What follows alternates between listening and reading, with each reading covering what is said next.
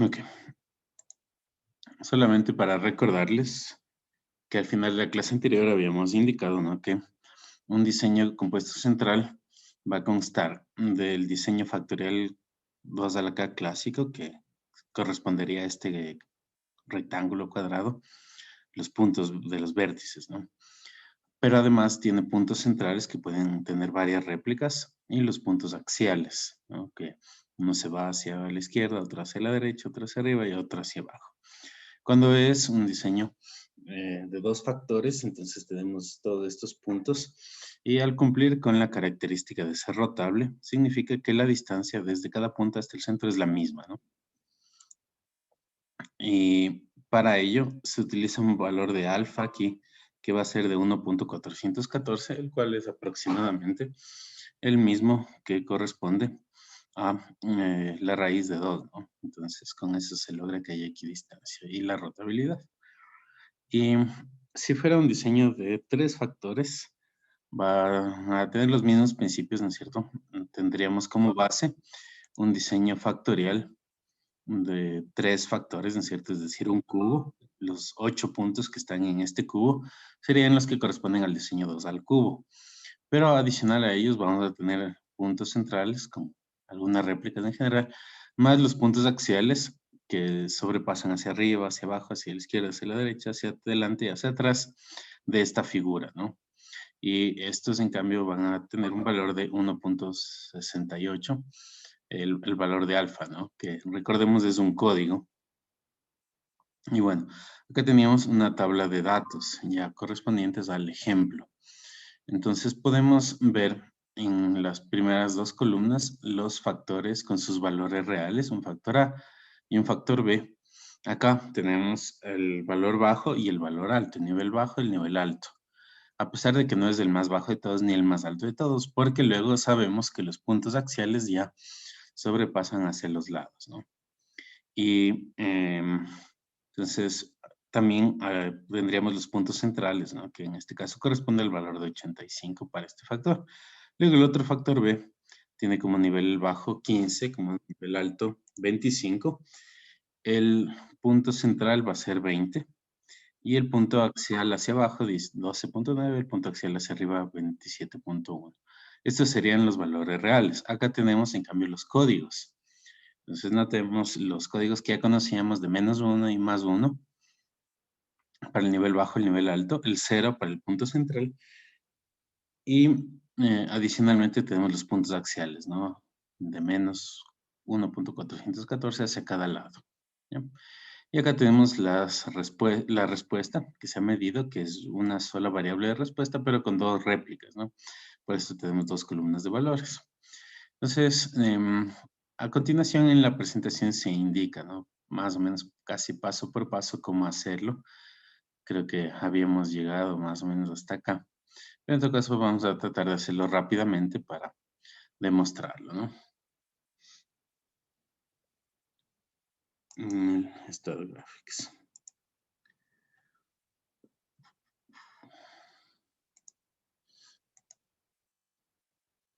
Vamos a crear un diseño nuevo, que va a ser un diseño de cribado con una variable de respuesta y dos factores experimentales. No tenemos los nombres completos de los factores, así que le vamos a dejar como factor A y factor B. Lo que sí vamos a colocar en esta ocasión es los valores reales, ¿no? 50 y 120 como nivel bajo y nivel alto respectivamente. 50 y 120 para el factor A. Y para el factor B vamos a tener 15 y 25 como nivel bajo y nivel alto. 15 y 25. ¿Ok? Continuamos con la variable de respuesta, no sabemos el nombre, vamos a ponerle Y únicamente. Y acá, en la siguiente ventana es donde vamos a elegir el diseño compuesto central, ¿no? Y, ay, perdón, aquí me equivoqué. No es diseños de cribado, sino de superficie de respuesta, ¿no? Evidentemente. Diseños de superficie de respuesta, ¿ya? Entonces, bueno, el resto sigue igual. Y en esta ventana, entonces, ahí sí vamos a poder elegir este que dice 2 al cuadrado más estrella. Entonces, quitamos el visto de letrizar. Tenemos una réplica, ¿no es cierto? Por eso hay dos columnas con la respuesta. Y aquí, ojo, nos dice que corresponden a 20 corridas, como está ahorita predeterminado, que sea un diseño rotable. Si 20 corridas significa 20 datos que vamos a ingresar, incluyendo las réplicas. Vamos a chequear siempre por si acaso, antes de dar a aceptar, para ver cuántos son. Entonces, tenemos 2, 4, 6, 8 y 10 filas, ¿no es cierto? 10 filas y dos columnas de datos. Entonces, 10 por 2, 20. Correcto, ese sería el valor adecuado del número de corridas. Luego, pueden encontrar más ejemplos de este tema y ya ir explorando otras opciones o en los propios manuales online de ayuda del StatGraphics para entender un poco más de las otras opciones, ¿no? Pero por el momento, dejamos ahí, ¿no? Y ponemos aceptar. Entonces vamos al libro de datos y observamos que ya se ha generado, ¿no? Esta tabla en donde debemos ir ingresando los valores. Tenemos bloque 1, los de la primera réplica, y bloque 2 de la segunda réplica. ¿Ya? Y acá vamos observando los valores que se han generado, nivel bajo, nivel alto, para cada uno de los factores. Acá vean que me aparece este punto central acá arriba, ¿no? Entonces eso de pronto es por lo que no le puse poner al final. Entonces, antes de ingresar los datos todavía hay la opción de pedir acá al programa que los ponga al final, ¿ya? Entonces, al hacer eso, vuelvo acá y ya vemos que acá al último se han ido los puntos centrales, que va a ser un poco más fácil para ingresar los datos. Por otro lado, quiero que observen los valores que aparecen aquí. Notemos que tienen bastantes decimales, ¿ya?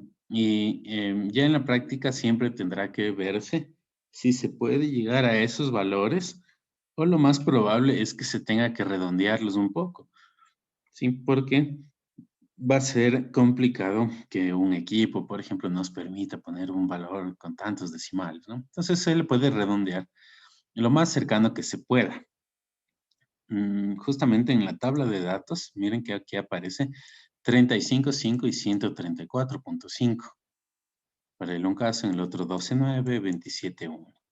Si vamos al programa, encontramos estos valores, pero cercanos, ¿no? Acá está 35, 50, 25, redondeado 35.5. Este está 34.497, se le puede redondear a 134.5.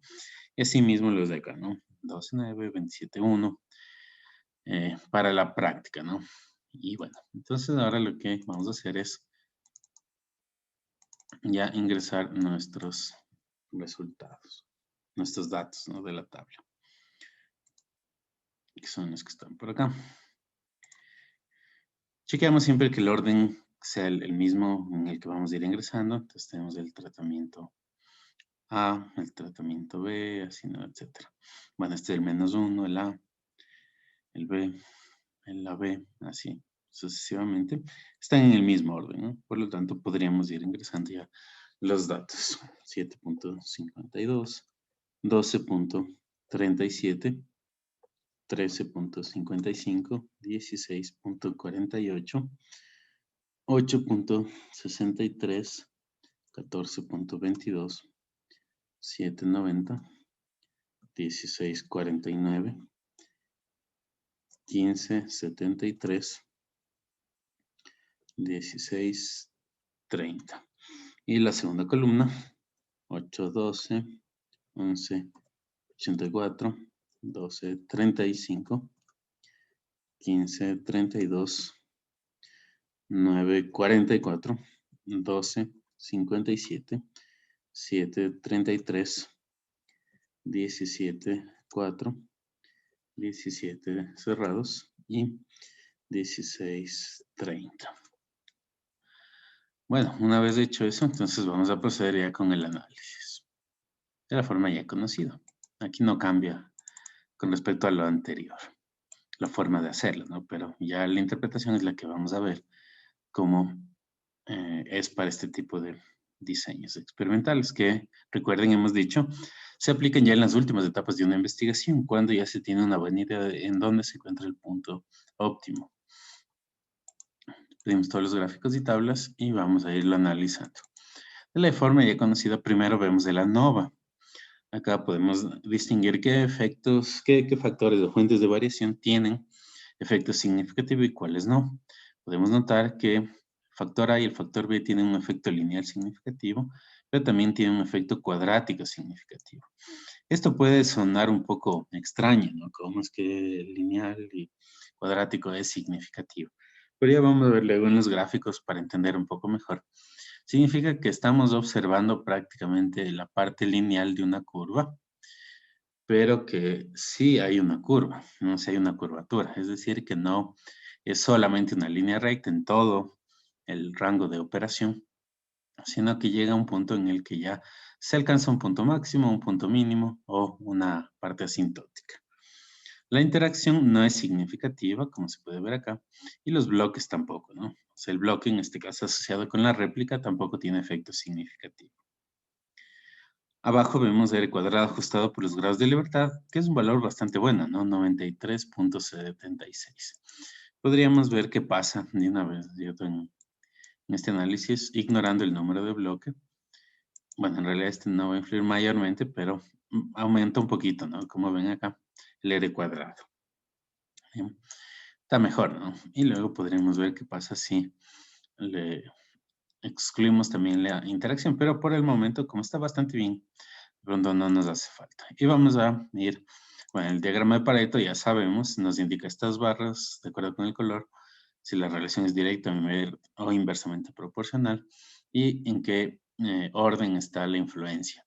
El de mayor influencia es del factor B de forma lineal, luego el efecto cuadrático de A, luego el efecto lineal de A, luego el efecto cuadrático de B y la interacción que no llega a ser significativa. Vamos entonces a los gráficos. Y miren acá, un poco lo que les decía. Podemos observar que en la mayor parte del rango es como una relación casi lineal, ¿no? Como ven acá. Pero se llega a un punto máximo en donde luego hay una baja. Por eso también, tanto el efecto lineal como el efecto cuadrático son significativos para el factor A y lo mismo para el factor B. También acá vean que en la mayor parte de este rango de operación es un efecto casi lineal, ¿no? Es decir, mientras aumenta el factor B, aumenta también la respuesta Y, pero no hasta el infinito, digamos, ¿no? Sino solamente hasta acá. Y después ya en cambio se llega a un punto máximo y ya empieza a bajar, ¿sí? Es la idea de por qué salieron esos resultados. Pero bueno, entendamos que Y en este caso la buscamos maximizar, ¿no? Es la lógica del ejercicio. Entonces, si queremos maximizar para un factor, más o menos nos deberíamos encontrar aquí. Bueno, perdón, que me salió tan chueco. Bueno, más o menos por aquí. Es decir, tendremos que ver cuánto equivale acá. Tal vez sea más o menos algo cercano a 100. En cambio, para el otro factor, bueno, lo tenemos algo por aquí. ¿Cuánto más o menos será? Tal vez un 22 o algo así, ¿no? Para el factor B. Pero más adelante ya lo podemos ver de forma más precisa.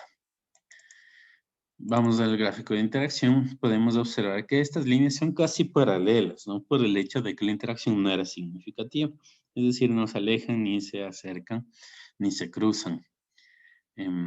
Acá ya también si optamos, por ejemplo, por buscar cuál sería el punto en donde llegamos a el mayor valor posible de la variable y, diríamos que es acá, ¿no? A este punto que está por aquí. ¿A qué corresponde?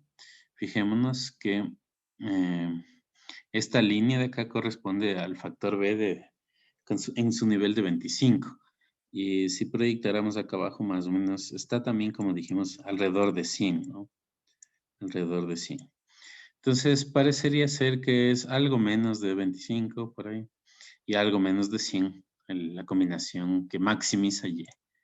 Pero bueno, son un poco redundantes estos gráficos. Y ahora sí, por ahí lo más importante, ¿no? Vamos a este gráfico de superficie de respuesta. Si pedimos que se coloren las regiones, nos vamos a encontrar con esta forma, ¿no? Que sería la clásica forma que se espera encontrar en un diseño de superficie de respuesta, porque ya estamos en las últimas etapas de la investigación en donde se entiende que se ha logrado identificar el punto óptimo, que sería el máximo posible, ¿no? Para la variable y, en este caso, vemos que aparece ya el círculo de la mitad, ¿no? De este gráfico que se llama la superficie de respuesta.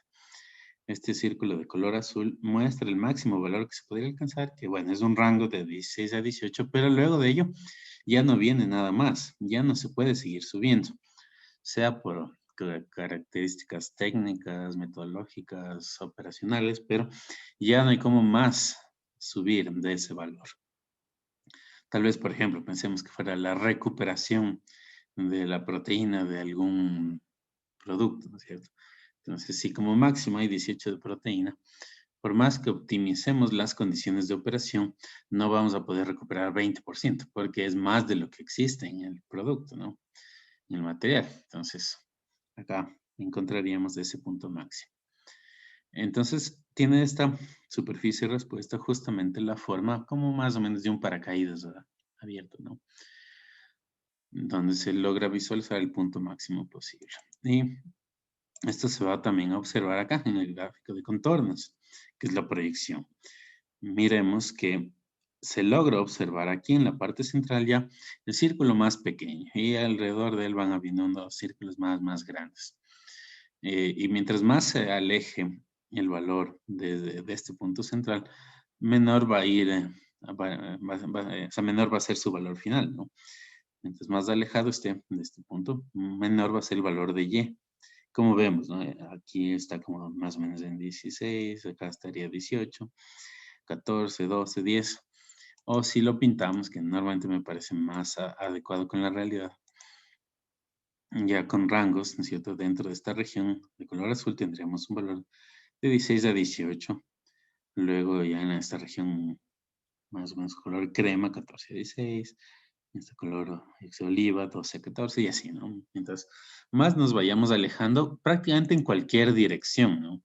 No se logra ver en este gráfico, pero si nos alejamos en cualquier dirección que sea desde este punto, va a pasar que siempre nos vamos a ir teniendo valores más y más pequeños, ¿no?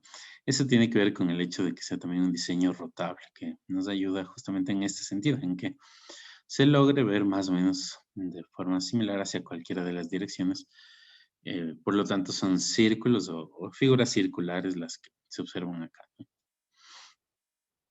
Y bueno, entonces en consecuencia, si quisiéramos maximizar, lo que tendríamos que apuntarle es a este valor de aquí, ¿no? Porque al estar en el centro de todo es el valor más seguro que podemos alcanzar. Aparentemente en esta región, por ejemplo, si probáramos otro punto por acá, también puede ser que obtengamos un valor de 16 a 18, pero ya se va acercando a la otra zona, ¿no? Entonces puede ser que por la variabilidad natural del proceso llegue a pasarse al valor de 16, 15 a 8, yo qué sé. Entonces, por eso, siempre lo más recomendable será apuntarle justamente a la parte central de esta figura, ¿no? De este gráfico. ¿A qué valores corresponde? Acá podemos ver un poco más preciso, ¿no? Es algo más de 95 para el factor A, ¿sí? Algo más de 95. Y para el factor B, em, bueno, así, cerca de 24, ¿no? Hay que ver ya después en la tabla. Entonces, a ver si vamos a la tabla de acá. Está puesto predeterminado para maximizar Y. Bueno, para maximizar Y nos dice, ¿no? Que el factor A debería operarse en 95.32 y el factor B en 23.5 casi. Aquí también se podría redondear un poco, ¿no? Habría que ver qué es exactamente. Por ejemplo, si fuera una temperatura, cualquiera de estos dos parámetros, el equipo difícilmente nos va a permitir poner 95.32, perdón, 95,3221 grados centígrados. Muy difícilmente. Tal vez a lo mucho podamos poner en 95, pero bueno, ya es un avance grande. ¿Qué sería este factor B? Pensemos que fuera, por ejemplo, concentración de algún reactivo. Entonces, tal vez ahí sí podemos redondearla hasta 23.5 sin mayor problema, ¿no? Entonces, depende de la característica de cada uno de ellos. Redondearle lo mejor que se pueda. Entonces, tal vez ahí nos desviamos un poquito de este punto, pero estamos cerca, ¿no? En todo caso. Ya. Y acuérdense de esta imagen, ¿no? Va a ser típica de encontrar en diseños de este tipo de superficie de respuesta en las etapas finales porque ya se logra visualizar el punto máximo o punto mínimo. Siempre que haya cómo, ¿no? Recordemos que habíamos visto que hay otros escenarios en los cuales hay unas regiones un poco diferentes, como estas de cordilleras, que no se, no se logra un valor tan alto como se esperaría, pero es el máximo que se puede apuntar. ¿Ya? Y bueno, el resto de elementos ya sabemos. Acá en la ruta de máximo ascenso, miren cómo es la variación de los valores. No es como antes que aumentaba un montón, ¿no? Aquí solo varía de 16.35, 16.5, 16.6 hasta 17.1 casi, con 90, ¿ya? O sea, al trabajar el factor A con 90 y el factor B con 21.3 casi, se lograría tal vez a lo mucho, mucho llegar a 17.1 casi. Ya no hay una variación tan grande como en otros casos en los que este camino de máximo ascenso sí nos iba mostrando que la variable Y variaba bastante. Pero aquí, como es lógico de esperar, no varía mucho de punto a punto porque ya estamos en la región del óptimo. Acá sabemos que podemos verificar los supuestos del modelo estadístico, ¿no? Sí, se cumple la igualdad de varianza, la independencia de los datos, viendo que no haya pues alguna tendencia así marcada. Y la normalidad me parece siempre mejor ir desde acá, ¿no? Con el gráfico de probabilidad normal y checar que no hayan problemas. Acá vemos que un punto está como en esto máximo, pero no es mucho problema. Si vamos a los valores de sesgo y cortosis estandarizados, vemos que están en el rango de -2 a +2, así que no nos preocuparíamos por incumplir, porque se esté incumpliendo el supuesto de normalidad de los datos. ¿Ok? Entonces, bueno, regresemos a la presentación. Ahí. Ok, estamos por acá.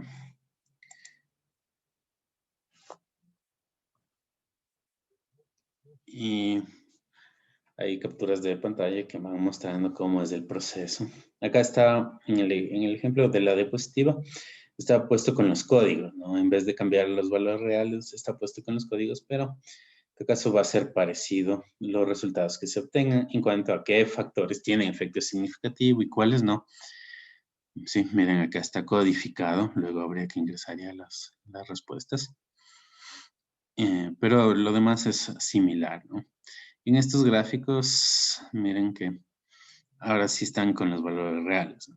Estos no corresponden al anterior, pero bueno, se puede observar nuevamente lo del máximo. Y es lo que se esperaría en este tipo de diseños. No sé si tienen alguna pregunta hasta el momento.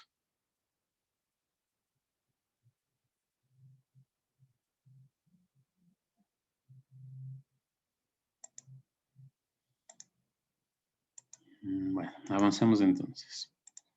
A continuación vamos a revisar el diseño de Box Banking. También es un diseño de superficie de respuesta.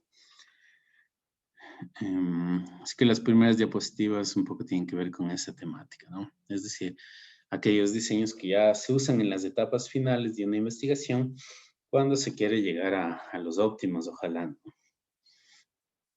Entonces, se esperaría más o menos llegar a algo como esto, cuando hay una superficie de respuesta con curvatura y se logra usar al máximo, ¿ya? Ahora, esto involucra también que el modelo matemático que se está usando ya es también complejo, ¿no? Es decir, que tiene ya bastantes términos. Tiene el término del factor x1, del x2, si fueran tres variables, ¿no es cierto?, del x3, va a tener las interacciones dobles, algún término, ¿no es cierto?, por ejemplo, -5, x1, x2, más 4, x2, x3, y así sucesivamente. Entonces va a ser un modelo complejo y por tanto también el gráfico ya se vuelve así tridimensional. En las etapas iniciales de una investigación, más bien ocurre que las superficies de respuesta, aunque tengan inclinación, pero no presentan una curvatura marcada porque el modelo matemático también es más sencillo. Normalmente solo tiene los términos como x1 y x2 y x, y por ahí máximo hasta la interacción entre ellos. Entonces, modelos más sencillos, gráficos también un poco más simples, que tal vez no son tan realistas, pero ayudan a conocer cómo cada variable influye. Entonces, es lógico hasta ese punto en la etapa de la investigación exploratoria. Pero si estamos yendo hacia la optimización, es también de esperarse que el modelo matemático asociado con la regresión y con los otros gráficos y figuras que se generan, entonces tenga más términos complejos y por lo tanto una mayor complejidad del propio gráfico. Entonces, así ya, como dice acá abajo, con la adición de estos términos cuadráticos se puede modelar la curvatura en la respuesta. Recordando un poquito qué pasaba en los diseños de composición central, vemos acá. Para dos factores sería así, ¿no? Los puntos del factorial, punto central, puntos axiales. Y acá vemos cómo están los modelos matemáticos, ¿no? Uno de primer orden, más sencillo, con menos términos. Uno ya de segundo orden va a tener más términos, incluyendo aquí, como ven, los términos cuadráticos. Que eso va a ayudar a entender de mejor manera lo que sucede, ¿no? Es decir, explorar la curvatura que se esperaría en cualquier tipo de respuesta. Bueno, entonces estas ecuaciones van a tener diversos usos. Por ejemplo, entender, mapear la región de la superficie de respuesta que se está explorando y eventualmente poder modelar también cómo cambios en las variables de diseño van a afectar a las variables de respuesta. Eventualmente el interés máximo va a ser determinar con qué niveles de nuestras variables de diseño logramos maximizar o minimizar nuestra respuesta o llegar a un valor deseado, ¿no? Y de esa forma poder seleccionar con qué condiciones vamos a operar un proceso para cumplir con los parámetros de calidad que se esperan, que podría ser un rendimiento, por dar un caso. Entonces, otro diseño que puede aplicarse en estas circunstancias son estos llamados de box banking, ¿no? Esto responde a los apellidos de los autores que modelaron, ¿no? esta alternativa. Entonces, tiene como una ventaja que incluye menos puntos, es decir, menos tratamientos o menos corridas experimentales que los diseños centrales compuestos, que los que acabamos de ver, ¿no? Entonces, es un poco más económico su ejecución, es más económica su ejecución. Pero igual, sin sacrificar mucho. ¿Ya? Obviamente, mientras más puntos siempre es mejor, pero puede resultar demasiado costoso. Entonces, si se disminuye la cantidad de puntos que se pondrían, con poco riesgo, ¿no? Se puede tener igual una alta eficiencia y, sin embargo, entender bastante bien cómo es la relación entre las variables de diseño y las variables de respuesta. Estos en general se aplican solo para 3 factores. Y no incluyen corridas cuando los factores están en sus valores extremos. Eso es importante también. Es decir, ya en la práctica no incluyen los vértices de las figuras, sino más bien los puntos medios de cada lado, como podemos observar acá. Recordemos solamente para diferenciar. En un diseño compuesto central, los puntos que se probaban eran estos, ¿no? El de aquí, el de acá. El de cada vértice, ¿no? El de cada vértice es el que se probaba. Un diseño compuesto central, repito. Eran estos puntos los que se probaban, ¿sí? Los de los vértices más los puntos, bueno, el punto central que estaría por acá y los axiales, ¿no? Los puntos axiales. Entonces eran más puntos por un lado. Bueno, ahí ya se acuerdan esa figura. Este, en cambio, como ven, tiene menos puntos y solo se prueban los lados medios de cada lado, de cada arista de este cubo, ¿no? Entonces, con ello se disminuye la cantidad, pero también puede resultar interesante no probar puntos extremos o valores extremos, es decir, la combinación de los valores altos o la combinación de los valores bajos de todas las variables de diseño, porque a veces son operacionalmente difíciles de alcanzar o pueden representar alguna complicación técnica. ¿Ya? Entonces, sí suele ser más estratégico, más bien probar estos valores intermedios, porque además se espera, ¿no? Si nosotros probábamos una variable A, digamos, con valores entre 20 y 50, normalmente no se espera que el punto óptimo esté o en 20 o esté en 50. Porque si se esperara, por ejemplo, que vaya a estar en 50, más lógico sería probar unos valores entre 40 y 60. No sé si me entienden esta lógica, ¿no? Pero normalmente uno no pone como valor máximo, valor mínimo, el punto donde piensa que va a estar el óptimo, sino pone valores alrededor del mismo para justamente pensar o asumir que lo más probable es que el punto óptimo se encuentre más o menos en la mitad de este gráfico. Entonces, por eso también tiene una lógica de probar los puntos medios en lugar de los puntos extremos o los vértices. Y vamos con un ejemplo de esto, ¿no? De este diseño de Boxbank. Entonces, como se indica en el texto, es un caso de estudiar la elaboración de hojuelas de soya por extrusión, es decir, tipo de estos que se usan para los cereales, ¿no?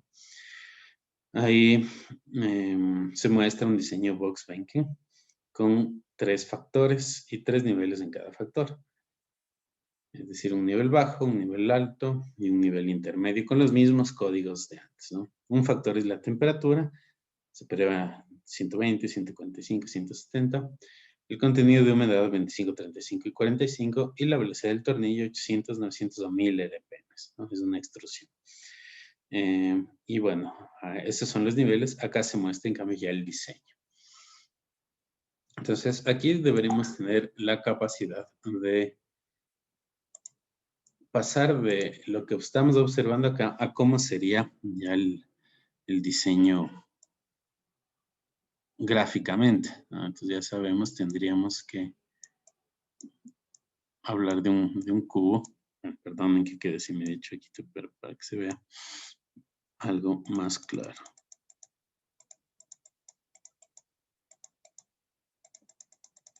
¿No? Entonces tratemos de ir poniendo los diferentes puntos en donde corresponderían. Vamos con este primero que está acá. Dice, antes de ello, solamente indiquemos que la variable x1 estaría aquí, la variable x2 acá y la variable x3 por acá. Ok, entonces dicho eso, ahora sí vamos a colocar los puntos. Bueno, este primero nos dice que x1 está en el nivel bajo, es decir, a la izquierda del gráfico. x2 también está en su nivel bajo, es decir, abajo, izquierda, abajo. Pero x3 está en 0, es decir, el punto intermedio. Entonces, este de aquí va a estar acá, el primer punto. Vamos con el segundo. ¿Qué nos dice? x1 está en el nivel alto, es decir, a la derecha. x2 menos 1, es decir, abajo. Y x3 en la mitad, es decir, el siguiente sería este punto de acá. Y así, ¿no? Sucesivamente podríamos continuar. Vamos a tomar este de acá. Ya, este que le estoy poniendo ahorita. x1 está en el valor alto, es decir, a la derecha. x2 ahora está en el valor de 0, es de intermedio. Y x3 está con menos 1, es decir, adelante del gráfico, ¿no? Por lo tanto, este valor va a ser ¿cuál? Este de acá, no, este punto. Y así, sucesivamente podríamos ir poniendo todos los demás. Pero el punto de todo es que vamos a encontrar que si ya colocamos todos los puntos en el gráfico, vamos a tener esto, ¿no? Tal como vimos anteriormente, ¿no? Y al último también están incluidos 3 puntos centrales, por si acaso. Con réplicas, ¿no? Siempre es bueno incluir una réplica, al menos en el punto central. Unas réplicas para poder estimar el error aleatorio.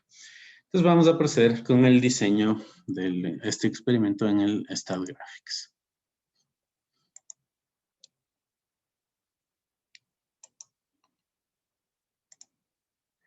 Por favor, si tienen alguna pregunta, la pueden hacer, ¿no? Siéntanse en confianza.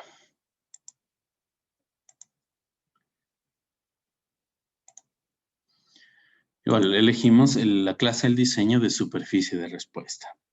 Variables de respuesta, tenemos solamente una, si no me equivoco. A ver, chequemos. Sí, no, es esta Y, que era... bueno, se le dice respuesta observada. No sabemos qué es exactamente, pero bueno, le vamos a dejar una y tenemos 3 factores. Los 3 factores son temperatura, humedad y velocidad del tornillo, ¿no?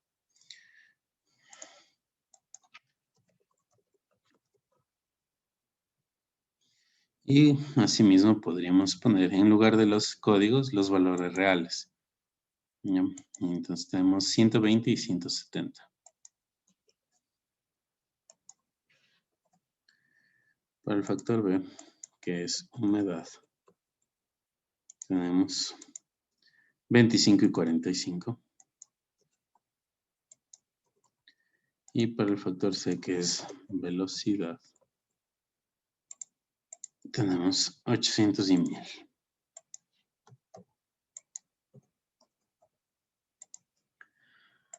La respuesta solo sabemos que es una Y. Y miren que acá, el primero que nos aparece es el de Boxbank. Ahí podríamos ir comparando con otras opciones, ¿no? No todos ellos las hemos logrado ver.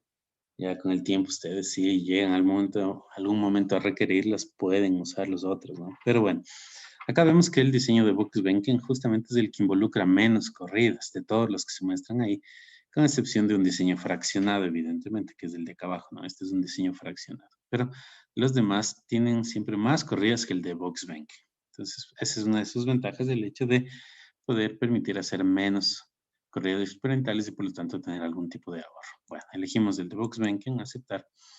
Acá chequeamos. Nos dice que son 15 corridas sin haber puesto réplicas, ¿no?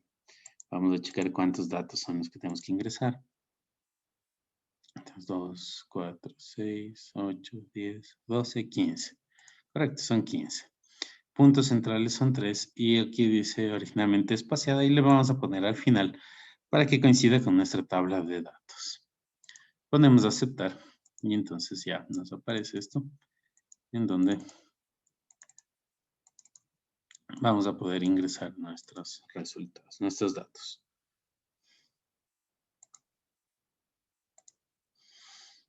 Chequemos el orden siempre. Acá hay que fijarse un poquito más. 120 va a ser el menos 1, 170 el 1, o más 1, y 145 el 0. Chequeamos que coincidan, ¿no? Menos, más, menos, más, menos, perdón, más, menos, menos. A ver, aquí ya no coincide, pero siempre hay que tener cuidado, ¿no? Menos, más, menos. Ya, este, por ejemplo, no está aquí como debería ser. Entonces le cambiamos manualmente. O luego podríamos ingresar los valores al revés. Como quiera, no le voy a poner manualmente aquí 120. El siguiente cambio 170. Ahí sí, ¿no? En la serie. Luego está más y de ahí sí 000. Listo. Vamos con la de humedad. Menos, correcto. Más, correcto. 000, está bien. Este que menos. Está bien. Este, en cambio, aquí está el más. Entonces le vamos a cambiar, ¿no? A 25, nivel alto. Perdón, el bajo. Y acá en cambio está más, es decir, alto, 45. También le cambiamos manualmente y ahí sí ya nos queda. Y luego el 000. Y vamos con velocidad. Intermedio, correcto. Luego aquí está el bajo. Acá está el alto. Entonces le vamos a cambiar, ¿no? Le ponemos acá 1000. Luego tenemos otra vez el bajo. Entonces le cambiamos 800. Luego otra vez el alto. 1000. El bajo. Y el alto. Entonces noten que he tenido que cambiar esto. A ver, perdón. Ya me perdí un poquito. Ver, el quinto es menos. ¿Está bien? Sexto es más. Más, menos, más. Acá otra vez debe ser menos. 800 más y ahí sí. Ok. Entonces, luego de haber hecho eso, ahí sí ingresamos los valores en el mismo orden que están acá. 3.7, 2.0, 33.4, 4.4, 10, 6, 4, 5, 3, 3, 3, 9, 3, 7, 31, 21, 3.5, 4.5, 6.4. Listo. Notemos que aquí la pregunta de este ejercicio nos dice determina el tratamiento que minimiza Y, que es acá nos dice que era la actividad inhibidora de tripsina residual, ¿no? Entonces, con la extrusión se espera también ya eliminar la actividad de esta enzima, ¿no? que por ahí viene como parte de la soya. Entonces, bueno, vamos entonces a proceder con el análisis.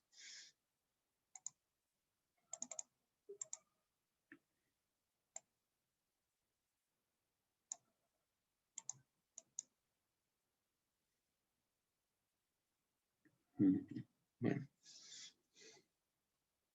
¿qué podemos observar? Acá tenemos el ANOVA, en el cual se indica que la temperatura y la humedad tienen efecto lineal significativo. La interacción de las dos también tiene efecto significativo. Y B cuadrado, es decir, la humedad, también tiene efecto significativo. Es decir, la humedad tiene también un efecto cuadrático significativo. Los otros no lo tienen, ¿no? Los otros no tienen efectos significativos. Aquí el R cuadrado está de 83. Sí sería un caso en el cual se pueden ir excluyendo factores que tienen poca influencia. Entonces podríamos tomar para ello este gráfico y tomar una decisión, ¿no? De pronto los podemos dejar solo los 4 primeros, lo que indicaría que tal vez la velocidad se está excluyendo por completo de este análisis, ¿no? Pero bueno, solamente ya. Entonces, si luego vamos acá a estos gráficos, podemos observar cómo cada variable influye, ¿no?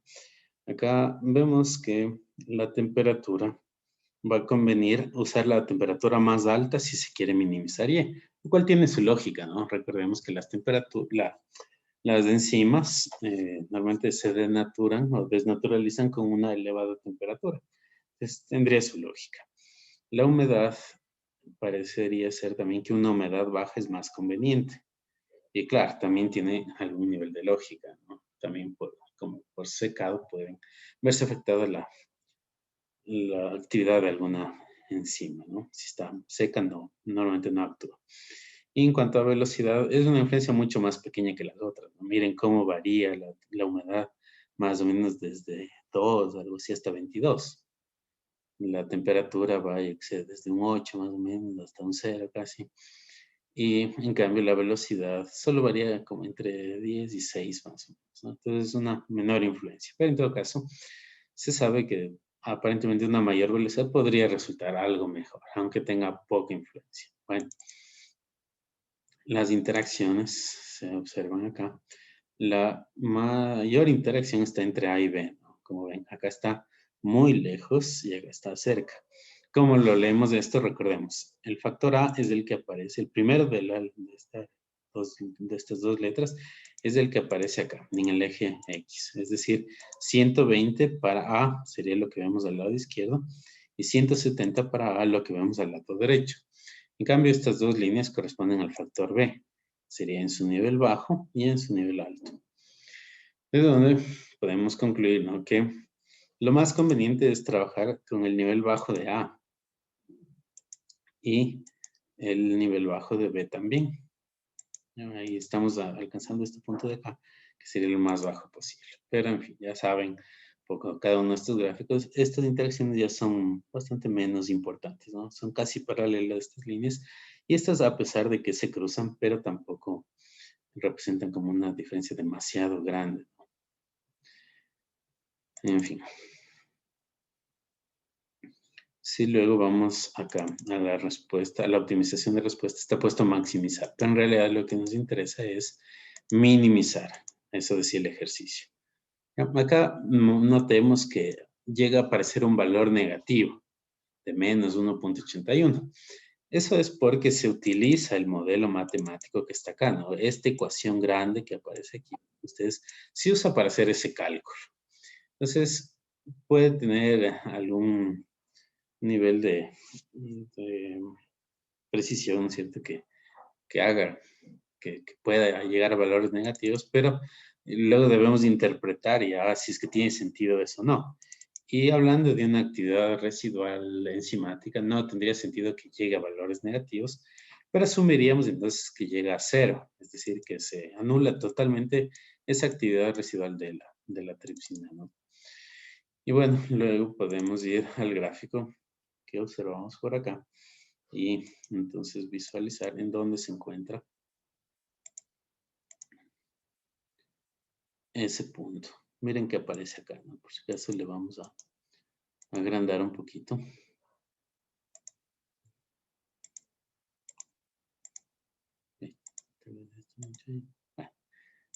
Ahí, para que se vea bien. Está acá puesto, ¿no? Porque es como la región más segura. Pero miremos que toda esta región de color gris se encuentra en un rango más o menos de -2 a 2, ¿no? Es decir, está cerca de cero, prácticamente cero ahí. Y si nos mantenemos justo en la mitad de, de esta zona, es decir, más o menos nos mantenemos aquí, así, estamos prácticamente alcanzando el valor de cero, ¿no? Y sería lo que se gustaría llegar en este caso, ¿no? A disminuir al máximo esa actividad residual enzimática, ¿no? Y no necesariamente tenemos que apuntarle a este valor de aquí, depende y ahora sí de qué sea más conveniente. Entonces, escenarios como estos son buenos, ¿no? Son interesantes porque nos da cierta flexibilidad. Noten que esta región de color gris va desde casi todo en todo el rango de la temperatura, ¿no? Por lo tanto, puede ser más estratégico desde el punto de vista de costos, ¿no es cierto? Apuntarle un valor que esté tal vez por acá, ¿no? ¿Por qué razón? Porque igual estamos en el cero. Pero ¿qué pasa? Ya estamos usando una temperatura 120 en lugar de usar la de 170. Y lo compensamos tal vez un poquito con la humedad, ¿no? La velocidad como influye menos, por ahí lo podemos dejar ahí. Y ya podemos ir jugando un poquito más con los valores que se observan acá. Pero el punto de todo es que siendo un experimento un diseño experimental de superficie de respuesta, normalmente lo que se espera justamente es poder visualizar en el gráfico de contornos o en el de superficie de respuesta la región del máximo o del mínimo. Aquí estamos viendo la región del mínimo, que no es como antes la habíamos visto, exactamente un círculo central, pero ya no puede bajar más allá de esta región gris, ya no hay dónde más bajar. Y si nos vamos alejando de la región gris hacia cualquiera de las direcciones, más bien lo que va a pasar es que va a ir bajando, ¿no? O mejor dicho, va a ir aumentando y, pero no interesa esto en este caso, va aumentando, ¿no? Miren acá ya va a estar como en 12 en promedio, acá está 16 en promedio, 20, y así, sube y sube y sube mientras nos vayamos yendo hacia esa dirección, o se asumiría también si nos fuéramos en una dirección para acá, ¿no? Bueno, ¿alguna pregunta?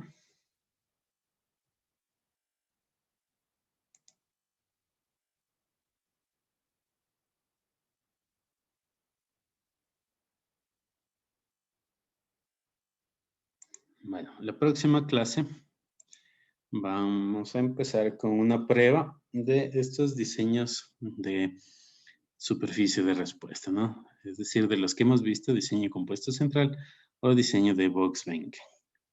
Cualquiera de ellos podría ir en la prueba. Así que estén preparados para la prueba número 5, que sería la próxima clase. ¿Sí?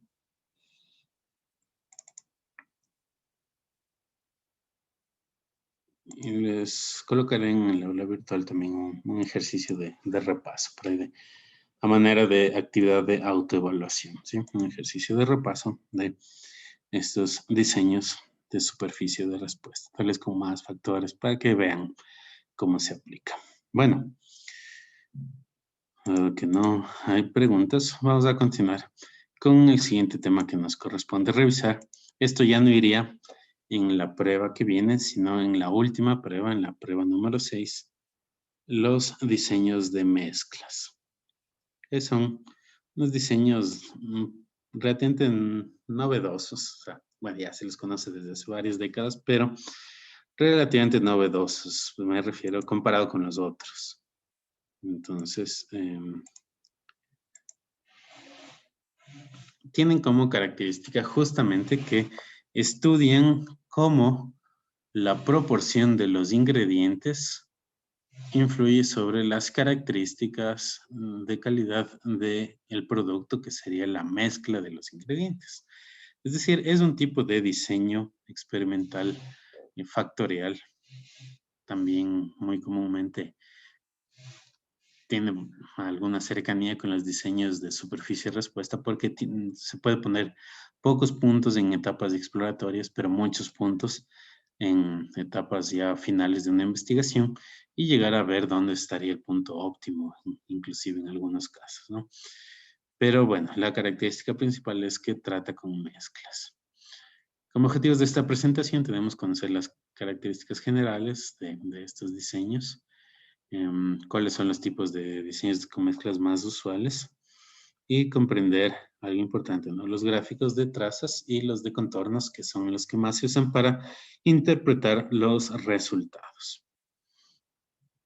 Y bueno, acá vemos un gráfico que nos mostraría cómo es un diseño con mezclas. Entonces, este sería para una mezcla de 3 ingredientes. Entonces, un ingrediente estaría en el eje X, y otro en el eje Y, otro en el eje Z, como quieran, no importa, ¿no? Pero típicamente se va a usar un diseño que corresponde a un triángulo. Ya más adelante lo vamos a ver, ¿no? Pero, por ejemplo, acá vemos que los tratamientos que se probarían podrían estar acá, ¿no? En los vértices de este triángulo tendríamos 3 tratamientos y tal vez otro más por ahí, ¿no? En fin. Pero nuestra región experimental ya no es todo este cubo, los puntos que estén por acá, porque hay una restricción adicional. En estos diseños experimentales anteriores que habíamos revisado en los diseños factoriales, los niveles que se prueben de cada una de las variables son prácticamente independientes. Es decir, el factor A le puedo probar en 20, 30 y 40, y eso de ninguna forma me influye en el factor B, que le podría probar en valores de 5, 10, 15 y así, etcétera, etcétera. No hay una dependencia. Sí, en algunos casos toca ver estratégicamente para que tenga lógica y todo, pero no son variables dependientes unas de las otras. En cambio, acá en los diseños con mezclas sí son variables dependientes, o sea, los niveles de cada variable tienen una relación entre ellos. Por lo tanto, hay una restricción más y ya la región experimental solo sería esta figura que se muestra acá y no todo el cubo. Pero lo vamos a ir entendiendo poco a poco. Entonces, pensemos que en muchos problemas de investigación pueden estar relacionados con mezclas. Cuando hablamos de mezclas, tal vez la mayoría de veces se nos viene a la mente, ¿cómo se llama? Productos alimenticios, ¿no? Como de cocina, sí. Pero pensemos que mezclas pueden ser muchas diferentes cosas. Ahí vemos como ejemplos, podemos estar hablando de bebidas, medicamentos, detergentes, pinturas, resinas, gasolinas, cementos, etcétera, etcétera, etcétera, ¿no? Cualquiera de ellos puede ser mezcla de diferentes cosas, diferentes ingredientes para obtener un producto deseado. Y se entendería que en estos casos las características de calidad, es decir, una propiedad física, química, organoléptica, etc. del producto, va a depender, ¿no? No tanto de la cantidad que se ponga de cada ingrediente, sino más bien de las proporciones. Eso es importante. Lo que interesa aquí es la proporción de cada uno de los ingredientes. Como objetivo se puede tener saber si hay una interacción entre los ingredientes o cuál de ellos tiene mayor influencia sobre alguna propiedad determinada del producto. También puede ser determinar, ¿cierto?, a través de una ecuación, por ejemplo, cómo la proporción de cada componente afecta a una variable de respuesta determinada. Y finalmente, a través de estos modelos, poder determinar cuál fórmula, es decir, qué proporción de cada ingrediente permitiría llegar a un producto que tenga ciertas características o ciertas condiciones deseadas. Como de costumbre, primero está la planificación, que se refiere a poder entender de la mejor manera posible el problema, sí, la problemática y cuál es el objetivo y qué ingredientes se deberían estudiar. Porque en algunos casos un producto puede resultar de la mezcla de, yo que sé, 10 ingredientes.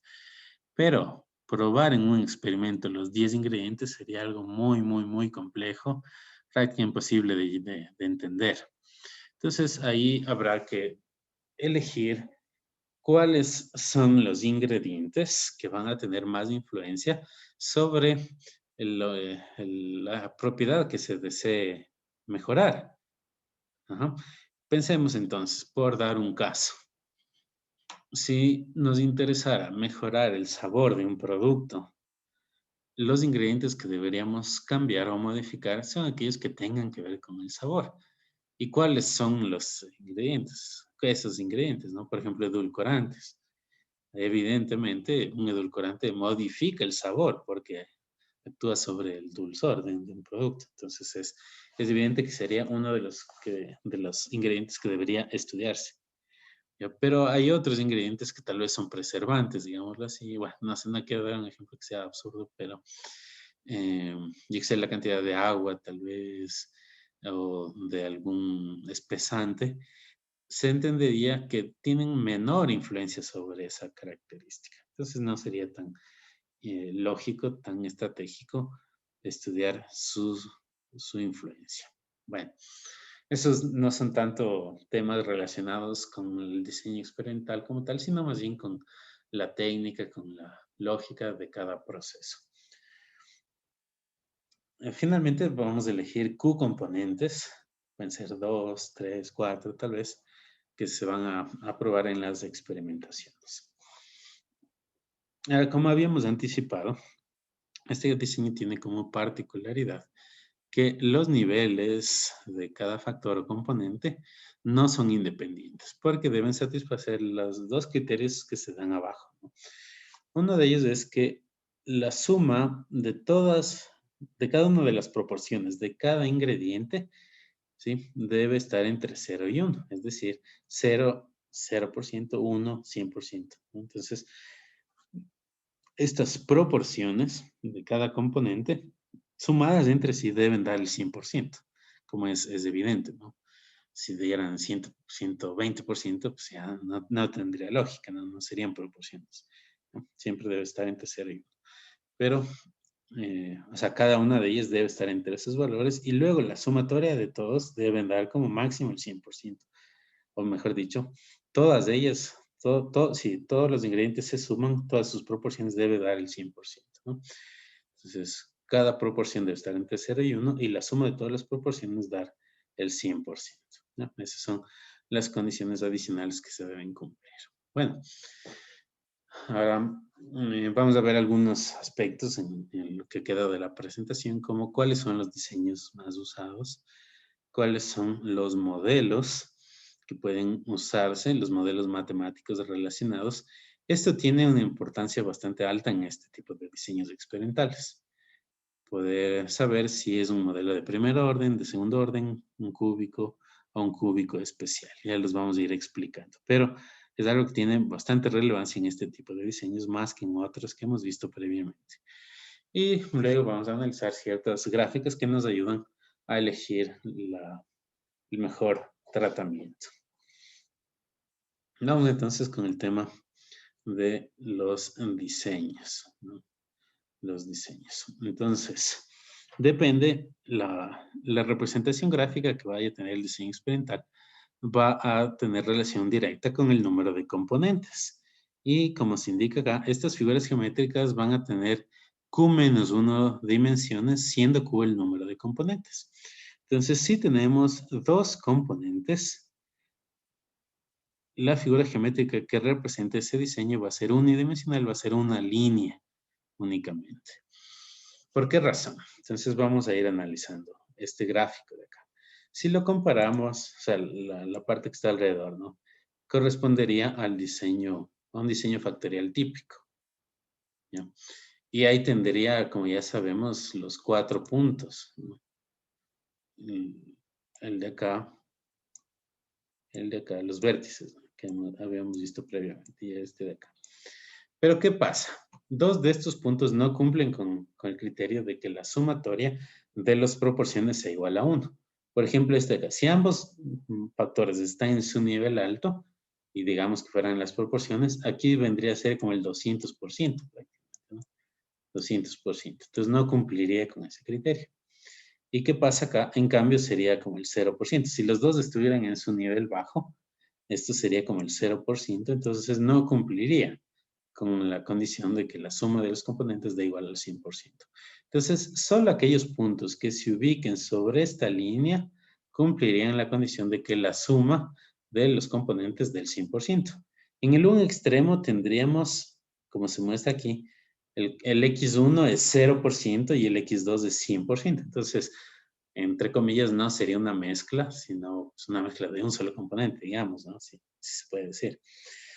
Y en el otro vértice, en cambio, tendríamos lo contrario. Ahora, x1 es del 100% y x2 es 0%. Pero luego cualquier valor que vaya cayendo sobre esta línea va a cumplir que sumando las dos proporciones se llegue al 100%. Entonces, eso se ve reflejado como vemos acá abajo en una línea, ¿no? ¿Qué pasa? En el un extremo tenemos 0% del uno, 100% del otro. En el otro extremo tenemos lo contrario, 100% de un componente, 0 del anterior. Pero luego si vamos poniendo puntos acá, va a ir variando la proporción, ¿cierto? X2, aquí está el 100% en el lado izquierdo. Pero si nos vamos hacia la derecha, cada vez va a ir bajando. Acá va a ser tal vez 10, perdón, 90, 80, 70.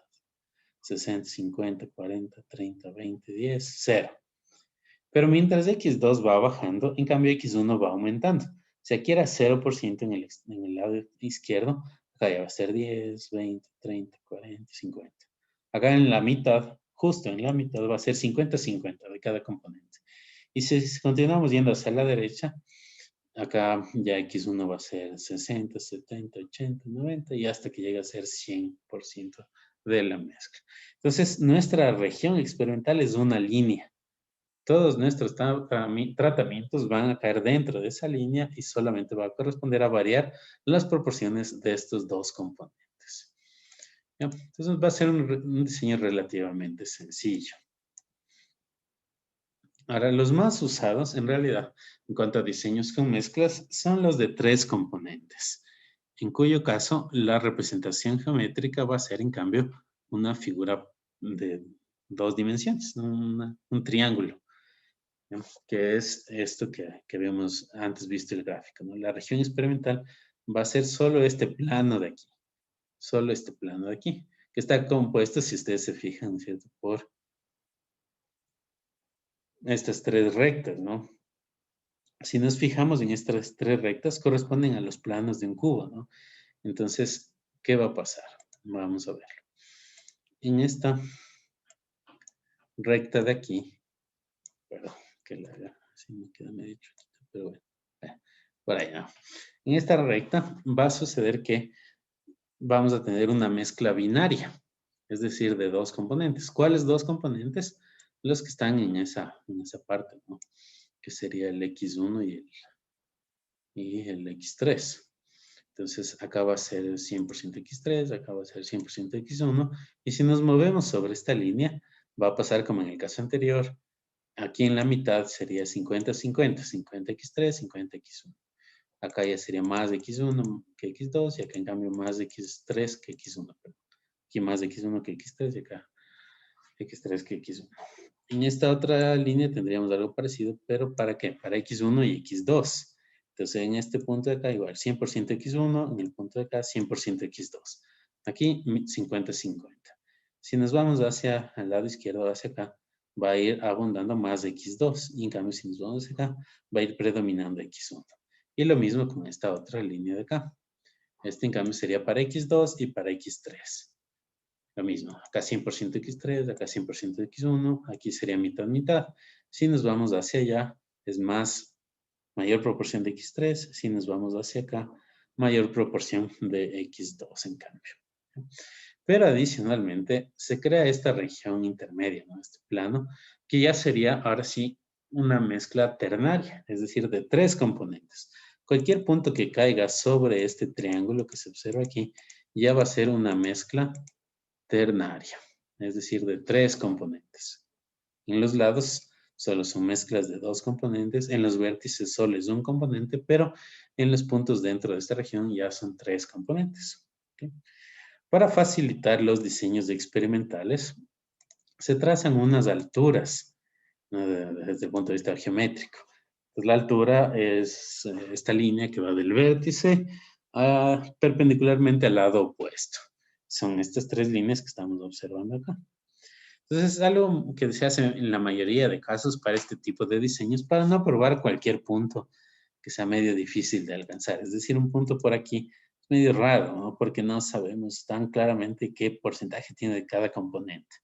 Pero si los puntos caen dentro de estas líneas, que son las alturas, es un poco más fácil saber, ¿no? Dónde está y cuánto tiene de cada componente. Porque tienen una graduación, como se observa acá. Y vamos a ver en la siguiente diapositiva ampliado para poder explicar un poquito mejor. Ya, miremos acá. Nuevamente, insistir en algunas cosas que ya explicamos, pero para que queden más claras. En los puntos vértices, ¿no? En los vértices de esta columna, que serían los tratamientos correspondientes de cada una de estas alturas, tendríamos un producto que es 100% de cada uno de estos componentes. Es decir, el punto de acá arriba sería 100% del componente 3. Este punto de acá sería 100% del componente 1 y esto x2 sería 100% del componente 2. En cambio, si nos vamos al lado opuesto, acá, acá o acá, ya es por el contrario 0% de ese componente. Entonces, en este punto de aquí, que ahorita estoy agrandándole, sería 0% de x2. Por lo tanto, sería una mezcla miti-miti, digamos mitad-mitad, x1, x3. El punto de acá, ¿qué sería? 0% x3 en cambio, ¿no? 0% x3. Por lo tanto, sería 50% x1, 50% x2. Y este otro punto de acá es 0% de x1, del componente 1, por lo tanto, será mitad x2, mitad x3. De modo que, si se fijan, estas líneas van de 0 en el lado a 100 o 1 en el vértice. De 0 a 100 o de 0 a 1 desde el lado hasta el vértice. Y va habiendo aquí una graduación, ¿no? Entonces, pensemos en lo siguiente. Por dar un caso, si probáramos un punto aquí, ¿qué va a ser? Es 80% x3 y el 20% restante va a ser mitad x1, mitad x2, es decir, 10% x1, 10% x2. ¿Ya?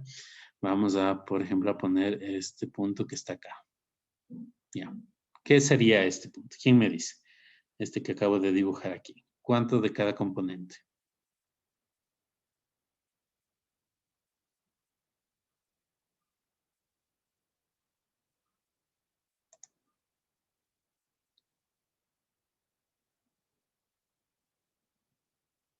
Bueno, vamos a pedir a algún voluntario. Por favor, Dayana, comenta. ¿Qué puntos, cuánto sería de cada componente este punto que acabo de dibujar?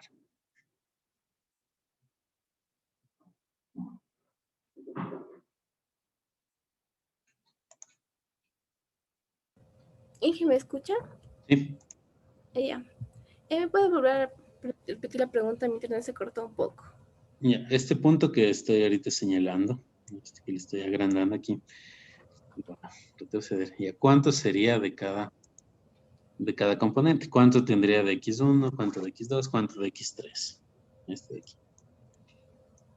A ver, de X sería más o menos como 0,5, si no me equivoco, está bien. Ya, ¿de cuál x? De la X2. Ya, correcto. De x2, 0,5. Ajá. De la X1 sería más o menos un 0,45 más o Ya, menos. ahí es más difícil verlo eso, ¿no es cierto? Pero pensemos que debe sumar el 100%. Sí, debe sumar el 100%. Y cuando se trabaja sobre estas alturas, sucede que convenientemente, los otros dos componentes están en la misma proporción y suman el resto. Entonces, si ya de x2 es del 50%, el otro 50% restante debe ser la suma de x1 más de x3. Pero como están en iguales proporciones, entonces sería 0,25 de x1 y 0,25 de x3. Entonces, esa es la ventaja de usar puntos que estén sobre estas líneas, que siempre va a cumplirse con esto. Los otros dos componentes van a estar, repito, en igual proporción y su suma va a ser lo que falta para completar el 100%. ¿Ya? Entonces, bueno. Sin embargo, a pesar de ello, también no es que se prueba cualquier punto acá, sino algunos específicos, que ya vamos a ver un poquito más adelante. Pero bueno, ahora el gráfico que estamos visualizando en este punto nos muestra los vértices, ¿no es cierto?, con estos puntos, lo que significaría que serían los tratamientos. Entonces, este ya sería un diseño experimental de mezclas denominado de vértices extremos. Y es aquel experimento muy sencillo, o diseño experimental muy sencillo, que solamente incluye los vértices, que en la mayoría de casos no tiene mucho sentido, porque no llega a ser mezclas, como ven aquí, ¿no? De hecho, está solo 100% de cada componente, los vértices. Pero vamos a ver más adelante que pueden haber unas restricciones adicionales en cuanto a los niveles de nuestras variables o a las proporciones de nuestros componentes. Entonces, ahí podría ser que sí tenga sentido. Pero, en todo caso, recordemos que aquel diseño experimental de mezclas que solamente incluye los vértices se llama diseño de vértices extremos. Si tuviéramos 4 componentes en una mezcla, ya la representación gráfica sería 4 menos 3, 4 menos 1, perdón, 3, es decir, una figura tridimensional que corresponde a un tetraedro, que es el que se muestra acá. Pero se va haciendo ya complejo en realidad. ¿Por qué razón? Pensemos en lo siguiente. Los vértices serían mezclas, entre comillas, primarias, es decir, de un solo componente. 100% de cada uno de estos componentes y 0 de los demás, los vértices. Si trabajáramos, perdón, sobre estas líneas, pensemos en esta línea acá, por ejemplo, ¿ya? Sería una mezcla binaria. ¿Entre qué componentes? Entre X1 y X4. Es decir, acá sería 50-50. Acá, si nos fuéramos hacia este lado, predominaría X1 y X4 iría disminuyendo. Y en cambio acá lo contrario. Si nos vamos hacia acá sobre esta línea, cualquier punto sobre esta arista del tetraedro, en cambio X4 sería mayoritario y X1 minoritario. Y así con cada una de las aristas, ¿no? Esta otra de acá sería una mezcla binaria de X3, X4, esta de X2, X3, esta de X1, X2 y esta finalmente de X1 con X3. Entonces, si trabajáramos, y falta esta de acá, ¿no? Y esta sería de X2 y X4. Entonces, si trabajáramos con puntos o con tratamientos sobre estas aristas, tendríamos mezclas únicamente binarias. ¿Ya? Voy a borrar por un momento. Ahora, en cambio, si nos vamos a las caras de este tetraedro, pensemos en esta que voy a dibujar acá, ¿no? Incluyendo la parte que está en la mitad, ¿no? Es decir, lo que está acá. O sea, lo que rellena esta figura, ¿no? Perdón que le haga así tan al apuro, pero bueno, ya. Ahí tendríamos, en cambio, ya parecido al anterior, que es un triángulo, ¿no es cierto? Pero una mezcla ternaria. ¿De qué componentes? X1, X3 y X4. Es decir, ahora voy a borrar lo que está aquí adentro. ¿Okay? Entonces, pero pensamos que estamos en esta cara, ¿sí? En este triángulo que es la cara, y pusiéramos, por decir, un punto aquí. Este punto podría tener, digamos, si está justo en la mitad de todo, un tercio de X4, un tercio de X3 y un tercio de X1. Podría ser una mezcla ternaria, 33, 33, 33% de cada uno de esos componentes, ¿no? Pero no tendría nada de X2.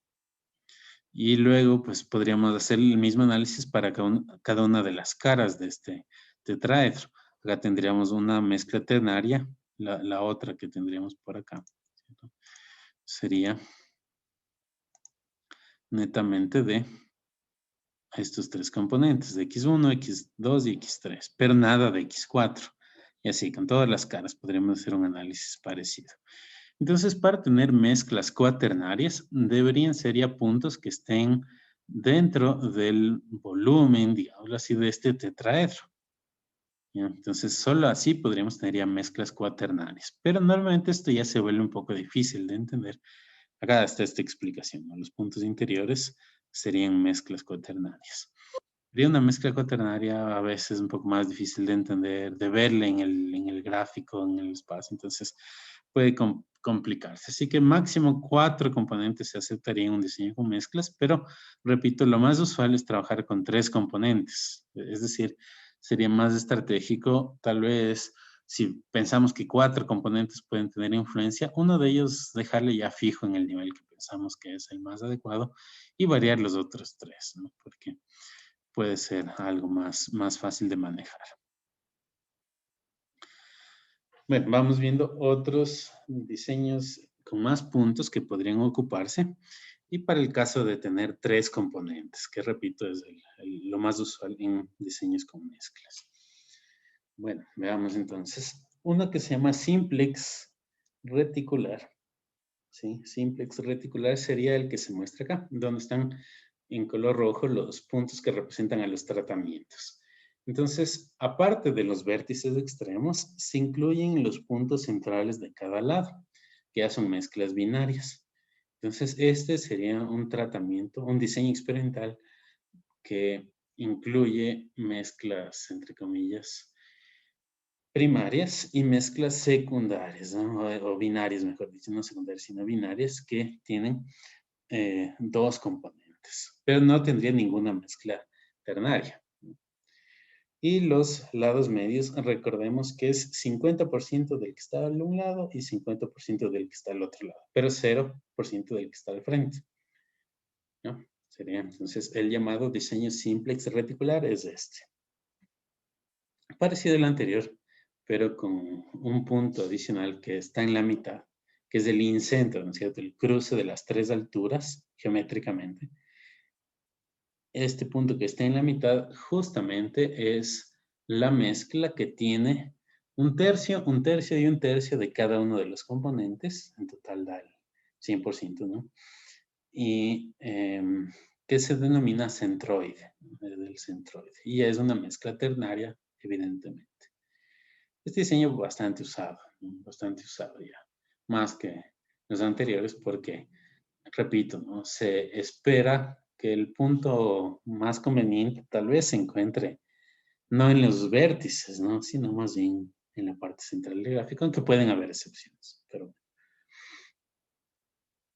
Y uno adicional, y pensemos, ¿no? Esto tal vez sería un diseño como este, de vértices extremos, sería en una etapa exploratoria inicial donde no se conozca casi nada del proceso. Si ya se conoce más, podría usarse uno como este, un simple reticular. Luego, si se ve que han tenido buenos resultados, tal vez aumentar el punto central, ¿no? Y si ya estuviéramos en las etapas finales de una investigación donde ya queremos optimizar, ahí podríamos usar el siguiente, que es un simple reticular aumentado. ¿Por qué se llama aumentado? Se aumentan justamente unos puntos. ¿Cuáles son los puntos que se aumentaron? Estos de aquí, ¿no? Este de aquí, el de acá y el de acá. Y cada uno de esos puntos, como dice acá, equivale a 2/3 de la mezcla de un componente y el tercio restante sería la suma de los otros 2 componentes, ¿no? Es decir, un sexto, ¿ya? 2/3 de un componente, un sexto de los otros 2 componentes, con lo cual suma el 100%, ¿ya? Por eso se encuentran ya más cerca de los vértices, ¿no? Es decir, este punto que se encuentra aquí, miren ustedes, correspondería a 2/3 de X3 o 67% de X3 redondeándole y de los otros 2 componentes de X1 y de X2 sería el tercio restante, ¿no? Es decir, más o menos un 15% de cada uno de los otros, un poquito más, ¿no? Pero para que llegue al 33% restante. Son llamados, estos también se llaman puntos aumentados. Estos son los diseños más comunes, pero no son todos, hay otros más y con el tiempo se ha ido desarrollando mucho más de esta temática y ahora incluso hay otros diseños que ya ponen puntos más como aleatorios en el interior, ¿no? que yo les decía en un inicio, no me parecen tan convenientes, sin embargo, existen. ¿A qué me refiero con esto? Por ejemplo, pensemos que tuviéramos, perdón que no le dibujo así tan bonito, pero bueno. Ok. Ahora hay otros diseños que buscan tener la mayor cantidad de puntos, pero lo más distanciados unos de otros. Entonces, con ello, quiere decir que, por ejemplo, van poniendo así de forma bien como dispersa, ¿no? Pero, en fin, que se maximice como la distancia entre todos estos puntos. Entonces, así, ¿no? ¿Qué dificultad tiene? Que a veces es más complicado por ahí darse cuenta cuáles son los valores y llegar a fijar esos valores, pero sí es que son cosas que se pueden, eh, sí se puede pesar, ¿no es cierto?, un componente y tenemos una balanza con suficiente precisión, no habría mayor problema de lograr estos eh, puntos, ¿no? De acá. Ese sería un ejemplo, ya este que les acabo de dibujar acá.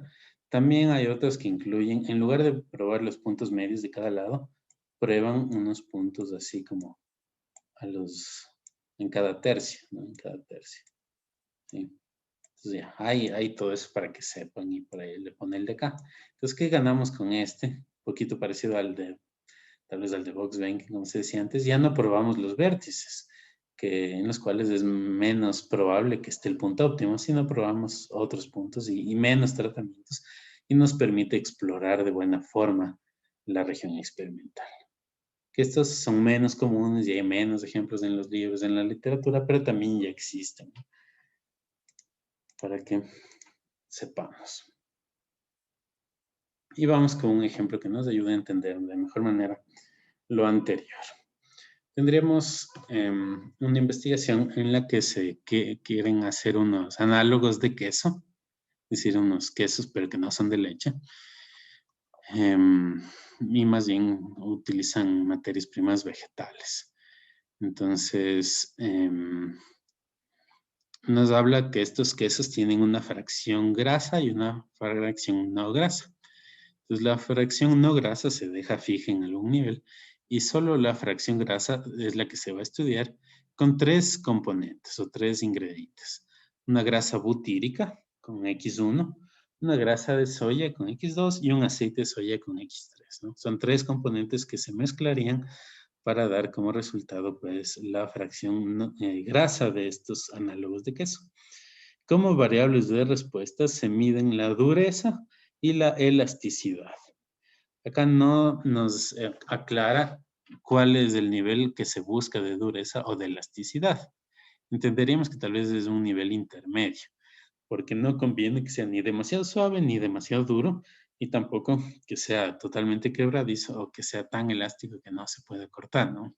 Entonces, por ahí podría ser que lo que interesa es llevar a niveles intermedios. Pero vean que son dos variables de respuesta, que es muy típico en ejemplos con alimentos, ¿no? Y de hecho con mezclas también, porque puede ser que por favorecer una de las variables de respuesta se esté perjudicando a otra, ¿no? Entonces tal vez alguien dice, no, yo quiero que mi producto tenga el mejor sabor posible. Entonces ya, incluimos sabor como variable. Pero luego nos damos cuenta que puede saber súper rico, pero total, se desbarata, es durísimo, o yo qué sé, demasiado elástico o lo que quiera. Entonces, por eso típicamente se incluyen varias variables de respuesta. Repito, porque puede ser que por querer favorecer a una de ellas se esté perjudicando a otra. ¿Ya? Pensemos esto por decir, no en un ejemplo con alimentos, sino en otros ámbitos. Por decir un caso, un cemento. ¿Ya? Tal vez lo que se quisiera mejorar es el tiempo en el cual se solidifica, ¿no? Entonces, el tiempo de fraguado, que sería.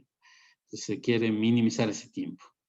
Pero ¿qué tal si al hacerlo, al buscar minimizar esa variable, se esté afectando a la resistencia? Entonces, claro, se fragua, se solidifica en un minuto, pero después queda muy, muy débil, ¿no? Entonces, pues se miden varios parámetros muy típicamente en este tipo de experimentos. Bueno, ahora acá los resultados se van a mostrar en la siguiente tabla, ¿no? Que es la que se muestra acá. Están con los códigos, ¿no es cierto?, que nos indican los porcentajes como decimales. También, ¿no? Serían parecidos a los códigos de Yates, parecidos, ¿no? Pero no exactamente iguales. Acá, 0 quiere decir 0%, 1, 100%. Y 0.5 evidentemente será entonces el 50%. Ya son componentes de una mezcla. Entonces, acá está para X1, X2 y X3, que está colocado en este gráfico como grasa butírica, grasa de soya y aceite de soya, indistintamente puestos en cualquiera de los ejes, ¿no? Pero solamente para que nos podamos ubicar. Y bueno, ahora lo que quisiera que hagamos como primer ejercicio es colocar los puntos correspondientes a los tratamientos en esta figura. El punto 7 ya está colocado, ¿no? Aquí está el tratamiento 7, que es el de acá, que es el centroide, y como ya habíamos dicho antes, equivale a un tercio, un tercio, un tercio de cada componente. Y por eso está justo aquí, ¿no? Este de acá sería este tratamiento, ¿no? El tratamiento 7, que es el centroide, tiene un tercio de cada componente de la mezcla. Ahora vamos a ir poniendo los otros. Los tres primeros que aparecen aquí son los vértices. Entonces, el primero tiene 100% de X1 y 0 de los otros. Entonces, estaría acá, en este gráfico nada más que he puesto como ejemplo. El T2, entonces este sería T1, ¿no? Ahí lo voy a escribir, T1. Ya. El T2, ¿qué tiene? En cambio, 100% de X2 y 0 de los otros. Entonces, vamos al vértice de acá. Y este sería el tratamiento 2. Y ya por descarte, el de acá arriba sería el T3, ¿no? Que sería 100% de X3 y 0 de los otros. Este sería T3. ¿Ok? Ahora, voy a dibujar un punto y les voy a preguntar a ustedes a qué tratamiento corresponde, al 4, al 5 o al 6. ¿Ok? Entonces, vamos con este punto de acá. Por favor, ¿quién me dice cuál tratamiento es este que acabo de dibujar? En este lado de acá. ¿Cuál tratamiento es?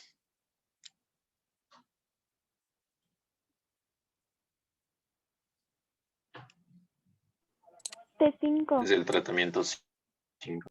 Ya, correcto. Ajá, es T5. Muy bien, T5. ¿Cómo nos damos cuenta de eso? Vamos a la tabla de valores y vemos que en el T5 hay 0% de X2. Entonces, como X2 está en esta línea, ¿no es cierto? En esta altura, y estamos en el lado, entonces 0% de este. Y por lo tanto es 50% de T1 y 50% de T3, como vemos acá. 50 de X1, 50 de X3. Perfecto. ¿Cuál sería este de acá abajo?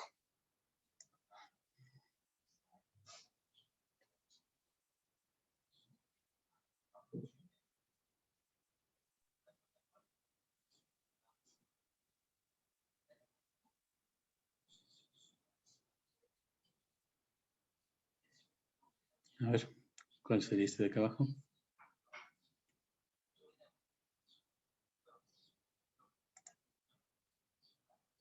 T4. Ya, muchas gracias. Ajá, T4, correcto, ¿no? Nos damos cuenta que es 50% de T1, 50% de T2. Aquí está, ¿no? T1, T2, 50, 50, 0 de T3. Ya sabríamos, por lo tanto, que este es T6. ¿Ya? Y ahora, vamos con... Voy a poner con otro color. ¿Eh? Este de acá, ¿cuál sería? Que acabo de dibujar.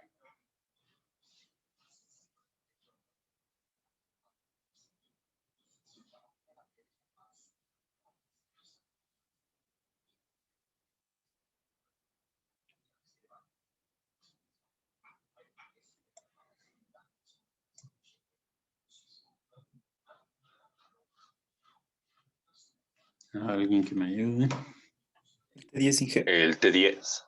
El T10, correcto. Sí, muchas gracias. El T10. ¿Por qué razón? Vemos que en el T10 tenemos unos 2/3 que corresponden al X3, ¿cierto? Estamos ya cerca del 100%, entonces, correcto. Y de ahí un sexto de T1 y de T2. Entonces, correcto, estaría aquí. Entonces, si quisiéramos como saber cuánto tiene de los otros componentes, es como que tendríamos que hacer unas líneas paralelas, ¿no? Es una línea paralela a esta de acá, a este lado. Si le hacemos, perdón, voy a usar esta otra herramienta, si no me va a quedar algo chiquísimo. Y así hacemos como más.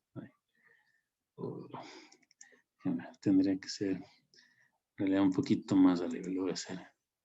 Este debe ser un triángulo rectángulo en primera instancia. Perdón, un triángulo equilátero para que se cumpla y está medio, más bien isósceles este triángulo. Pero bueno, luego tendríamos que hacer como unas líneas paralelas más o menos a esta, como ven ahí. Y ahí nos indicaría en esta línea acá cuánto sale, ¿no? Entonces, como ven, es más o menos 0,161. A ver, déjenme ver si estoy diciendo bien. No, ya les puse mal esa línea. Déjenme chequear. Esta línea. Ya, sería hasta acá, ¿no? Hasta acá más bien. La una y la otra hasta acá nomás, ¿ya? Más o menos ahí, ¿no? Entonces, para T1, ahí vemos que es un valor bajito, ¿no? Ya está cerca del 0 acá. Entonces sería justamente como 0,167 esta línea.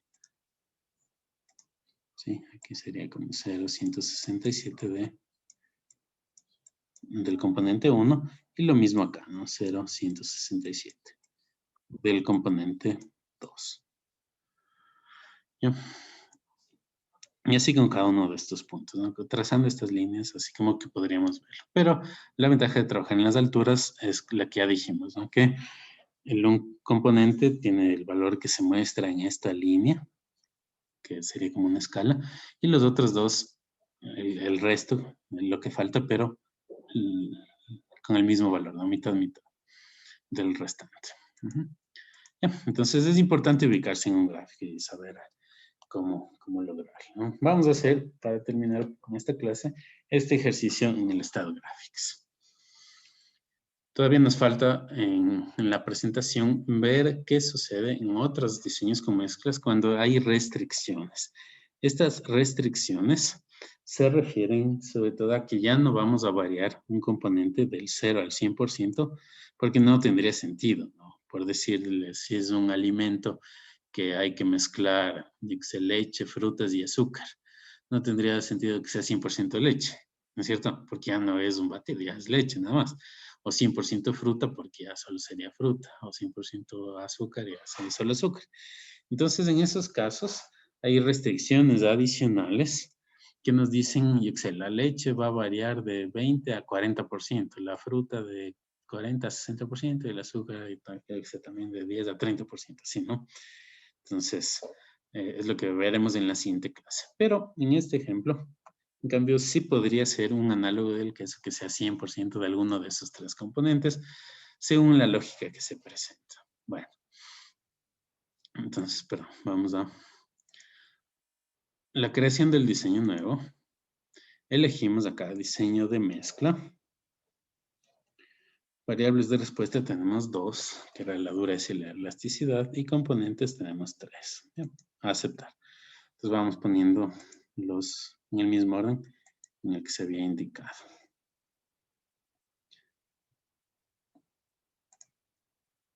Este nos dice que X1 es grasa butírica.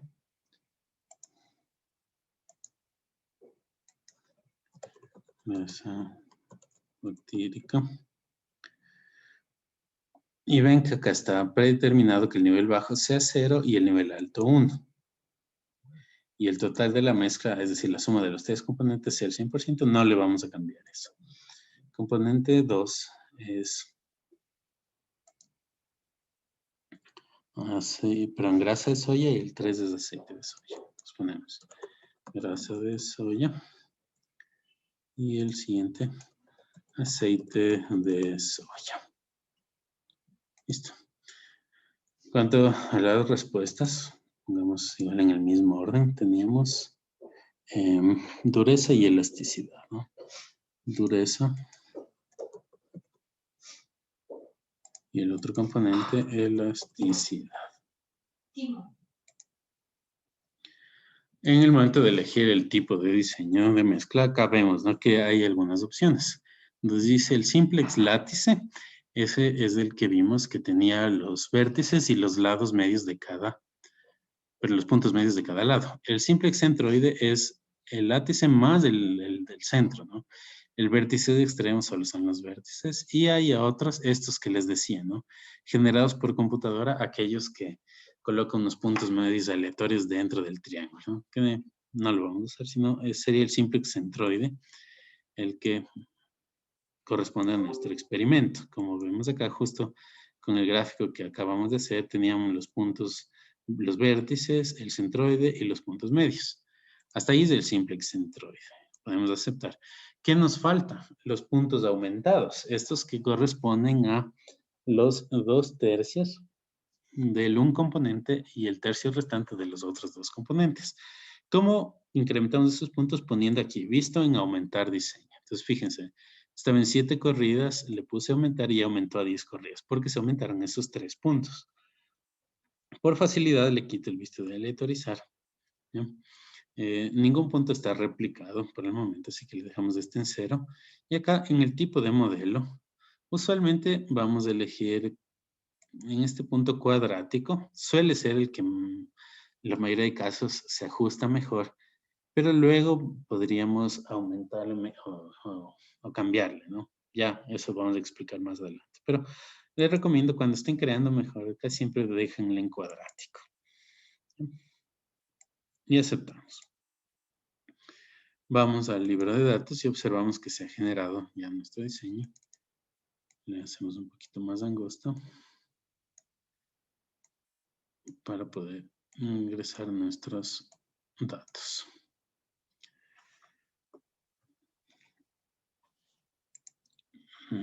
Vamos a chequear el orden, que es el mismo, ¿no? Tenemos 1, 0, 0, 0, 5, 0, 5, 0, 0, 33, y de ahí los puntos aumentados, que son estos 3 que están al final, ¿no? Correcto, está en el mismo orden. Si la primera columna coincide, la segunda y tercera normalmente también lo hacen, correcto, ya. Entonces ahora sí vamos ingresando los valores. En dureza tenemos 0.32, 0.7, 0.2, 0.33, 0.23, 0.27, 0.31, 0.32, 0.49 y 0.23. Y en elasticidad tenemos 0.97, 0.83, perdón, 0.87, 0.7, 0.82, 0.74, 0.78, 0.76, 0.73, 0.82. ¿Ya? Listo. Fijémonos una cosa más, ¿no? Y es que frente a la tabla, en el programa, los valores de los puntos aumentados y del centroide aparecen con más decimales. Entonces, es importante acá, cuando tengan que hacer un diseño de este tipo, en crear el diseño en el propio programa y no ir llenando solamente los valores según la tabla, porque ahí nos pueden faltar decimales y luego el programa no lo entiende bien, ¿no? Nos puede dar como error que no suma el 100% o algo por el estilo. Entonces, por eso es mejor hacer la creación del diseño y ahí luego ingresar los datos y no solo ir llenando manualmente todos los valores, porque pueden haber esos problemas, repito, respecto al número de decimales que se generan. Ahora sí vamos al análisis de este experimento. Ya sabemos primero cada variable por separado, dureza. Acá en el modelo solamente podemos ajustar un cuadrático. Si quisiéramos un cúbico, tendríamos que haber hecho más tratamientos y de hecho el cúbico correspondía a ese gráfico que les indiqué que tiene estos puntos acá, ¿no? En vez de tener los puntos en el medio de cada lado, tiene estos otros puntos. Pero no es nuestro caso, ¿no? Así que por eso no elegimos el cúbico, pero para que no quede en el aire eso. Y podemos aceptar. Elegimos todos y vamos a ir viendo. Ahora sí vamos a la tabla que está al inicio de todo. Es la primera que debemos visualizar.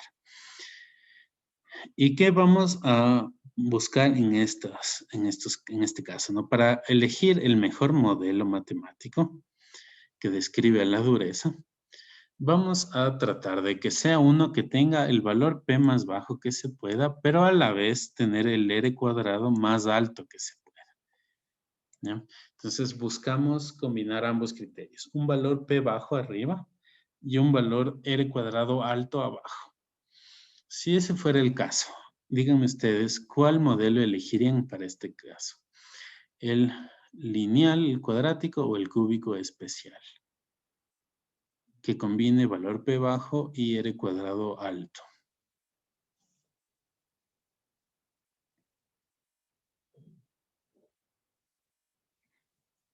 ¿Quién se anima a dar una respuesta?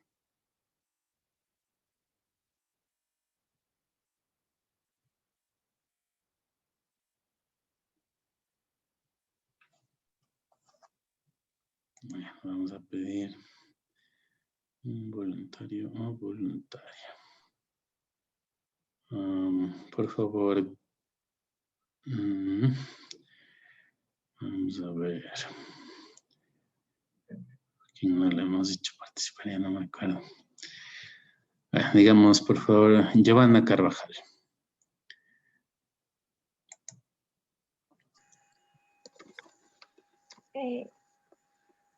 Inge, ¿me puede repetir? O sea, que se necesita lo del R cuadrado alto. Sí. R Entonces, cuadrado alto. el cúbico especial. Ya, correcto. Sí, es por si acaso especial. No, fíjense en eso porque a veces saben poner espacial. Es cúbico especial. Ya, gracias. Ya vamos a retroalimentar. El cúbico normal requiere más puntos, ¿no? Requiere más puntos, los que indicamos, ¿no es cierto?, en este gráfico del triángulo, para poder generar una ecuación que incluya términos que estén al cubo, es decir, x1 a la 0, x1 al cuadrado y x1 al cubo, por ejemplo. Requiere más puntos, por lo tanto, también sería como más costoso y todo. Entonces, por eso se suele usar el cúbico especial, que si bien es cierto, no incluye términos al cubo, pero incluye sí la interacción triple. Entonces, eso también le da ya al comportamiento de las variables como la posibilidad de tener dos curvaturas, que vamos a ver un poco más adelante, ¿ya?, en los gráficos. Pero bueno, por el momento,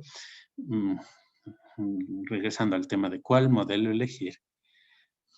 Correcto, sí estaría bien la decisión que acaba de decir Giovanna, que sería de elegir el cúbico especial, porque si se fijan, sí combina, ¿no?, lo que estamos queriendo, que es un valor P bajo y un R cuadrado ajustado alto. ¿Ya? Ahí no hay como una regla tan clara que nos diga, a ver, tiene que ser mayor a 0,6, menor a 95%, como quiera, ¿no? Tiene que ser así, aplicando algún criterio, ¿no? Y a veces es más fácil, otras veces es más complicado, ¿no? Acá vemos que el cúbico especial tiene un valor P que es suficientemente bajo, ¿no? Es 0,87.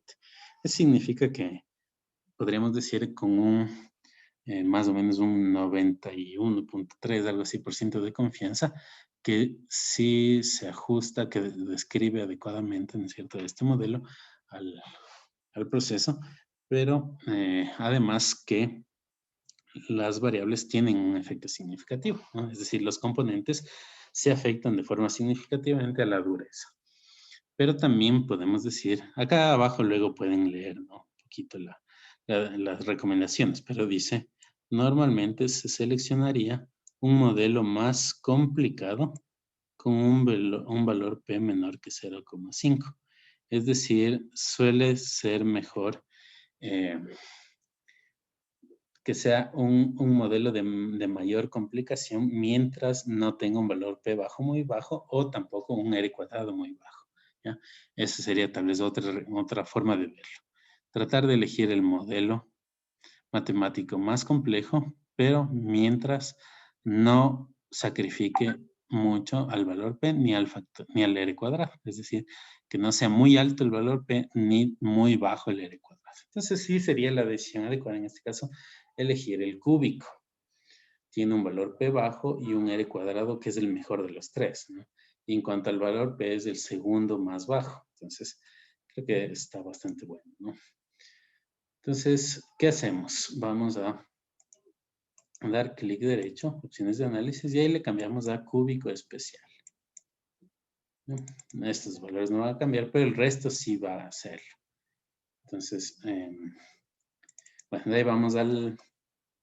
La nueva aquí tal vez va a ser un poco menos importante que los otros, pero vemos, ¿no?, que el valor P igual es menor a 0,05. Entonces podemos decir que los componentes sí están afectando de forma significativa a la dureza. Y que el modelo generado, el modelo matemático, describe en un 95.46% la variabilidad que se observa en la dureza, ¿no? Es decir, son los tres componentes son los que más influyen sumados en cuanto a la dureza. Ahora vamos, ¿no?, a estos gráficos. Miren que se parece a los que anteriormente habíamos visto, pero ya no es todo el cubo, sino solo una parte del mismo. Y es este triangulito. Este triangulito variaría así, viéndole tridimensionalmente, pero tal vez es un poco más fácil viéndole el gráfico de contornos y pidiendo ahí que se grafiquen de forma continua estas regiones. Podría ser así, o bueno, digámoslo así por el momento. Entonces, acá ya podríamos preguntarnos qué se requiere con respecto a la dureza: maximizar, minimizar o llegar a un valor dado. No sabemos por el texto del ejercicio, pero digamos, si se quisiera maximizar la dureza, ya sabemos que conviene los colores cálidos, es decir, este vértice de acá, ¿no? Este vértice de acá es el que conviene si se quisiera maximizar la dureza, ¿ok? Y, si bien es cierto, a ver, ya. En este gráfico puede ser como un poco más difícil darse cuenta de todo, pero si vamos, ¿no es cierto? Perdón, voy a borrar eso. Vamos a la tabla de optimizar respuesta, ¿no? Acá nos dice, maximizar dureza, ¿cómo lo logramos? Poniendo casi solo grasa de soya, ¿no? La grasa de soya debería estar casi el 100%, y los otros 0%, 0%, ahí se maximizaría la dureza, la cual tiene su lógica, ¿no? Una grasa tiende a ser como más sólida a temperatura ambiente, entonces va a aumentar la dureza, y entenderemos que la grasa de soya es como más dura que la grasa butírica. Entonces, ahí viene la parte que a veces no es tan fácil de ver en esta versión moderna del programa. Pero el eje que correspondería a la grasa de soya sería este de aquí, que es el que se muestra acá abajo. Ese corresponde a la grasa de soya.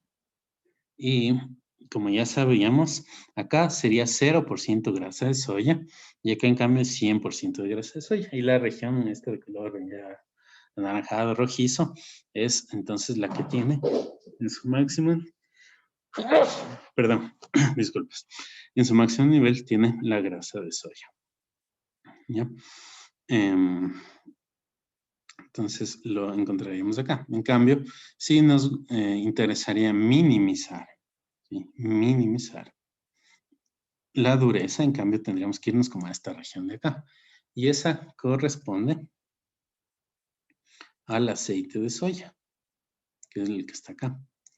Entonces, por eso no me gusta mucho este gráfico en la versión moderna, porque estos parece que estuvieran en otro lado, ¿no? Pero bueno. Entonces, el aceite de soya, la altura sería esta, ¿no? Entonces, acá tendríamos 100% de aceite de soya y ahí se minimizaría la dureza. Y como ya por descarte podríamos darnos cuenta, este eje de acá, en cambio, corresponde a la grasa. Deberían cruzarse, ¿no? No están tan bonitos las alturas, pero bueno, ahí. Entonces, este eje corresponde a la grasa butírica. Entonces, ahí se observa que la grasa butírica tal vez es la que menos influye sobre la dureza. ¿Por qué razón?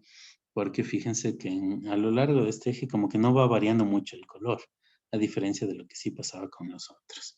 Pero tal vez para complementar e interpretar de mejor manera todo esto, vamos a terminar por viendo el gráfico de trazas, que es el que está acá abajo. Y ese nos va a mostrar bastante claro qué pasa cuando variamos cada componente. Entonces, fijémonos en los colores. Esta línea de color azul corresponde a la grasa butírica y es la que está acá. Entonces, fíjense que si acá fuera 100% de grasa butírica y vamos variando 10, 20, 30, 40, 50, 60, 70, 80, 90, 100%, vean que no va variando mucho la dureza. Esta línea azul se mantiene como más o menos desde un 0,27, quizá un 0,35 a lo mucho, pero no varía más allá de eso. Y va teniendo ciertas fluctuaciones. Hay dos curvaturas, una hacia arriba, otra hacia abajo, es porque estamos usando el modelo cúbico. Luego un ratico a cambiar, solo para que vean, a cuadrático. ¿Qué pasa si le cambio a cuadrático? Ya solo hay una curvatura. ¿Y qué pasa si le cambio a lineal? Se hace más simple la ecuación matemática, por lo tanto también ahora ya solo son líneas rectas. Hay que ver, por eso es importantísimo elegir bien cuál es el modelo adecuado. Entonces le dejamos en el cúbico especial que habíamos dicho que es el más conveniente. Ahora, ¿qué pasa con esta línea rojiza, media anaranjada, que representa la grasa de soya? Como se había indicado, si está en su nivel bajo, se minimiza la dureza. Si lo vamos subiendo al porcentaje, ¿no? De izquierda a derecha, vamos subiendo el porcentaje de grasa de soya, se maximiza la dureza si tenemos el nivel más alto de la grasa de soya. Ahora, ¿qué pasa con el aceite de soya? Es un poco lo contrario, ¿no?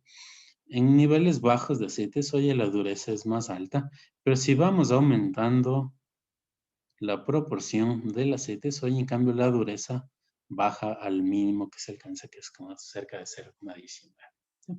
Entonces, por esa razón, este gráfico de trazas es también bastante útil para ir prediciendo qué pasaría con la respuesta en función de ir cambiando las proporciones de los componentes. ¿Ya? Y